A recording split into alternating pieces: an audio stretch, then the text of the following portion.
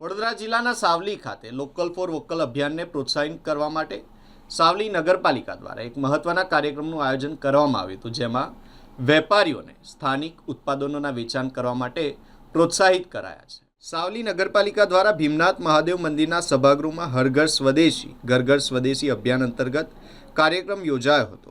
આ કાર્યક્રમનો મુખ્ય હેતુ સ્થાનિક વેપારીઓને સ્વદેશી વસ્તુઓના વેચાણ માટે પ્રોત્સાહન આપવાનો હતો અને નગરજનોને ભારતીય બનાવટની વસ્તુઓ ખરીદવા માટે પ્રેરિત કરવાનો હતો। કાર્યક્રમ અંતર્ગત એક સપ્તાહ માટે લગભગ 30 જેટલા સ્ટોલ લગાવવામાં આવ્યા હતા, જેમાં વિવિધ ભારતીય બનાવટની ચીજવસ્તુઓનું વેચાણ કરવામાં આવ્યું હતું।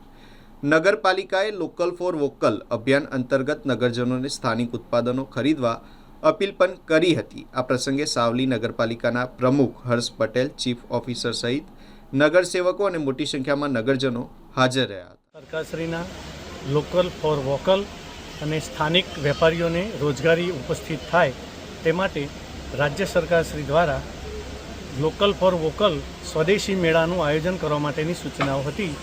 જે મુજબ સાવલી મુકામે આજ રોજ 5/3/26ના રોજથી 7 દિવસ માટે પ્રમુખશ્રી, કોર્પોરેટરશ્રીઓની બધા ગ્રામજનોની ઉપસ્થિતિમાં આજ રોજ સ્વદેશી મેળાનું ખુલ્લો મૂકવાનું આયોજન કરવામાં આવેલ હતું અને જે મુજબ સ્વદેશી મેળો ખુલ્લો મૂકવામાં આવેલ છે। અંદાજિત કેટલા સ્ટોલ લગાવવામાં આવ્યા હતા?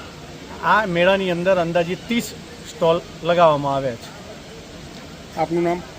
મારું નામ ગોવિંદભાઈ પી નાઈ, ચીફ ઓફિસર સાવલી।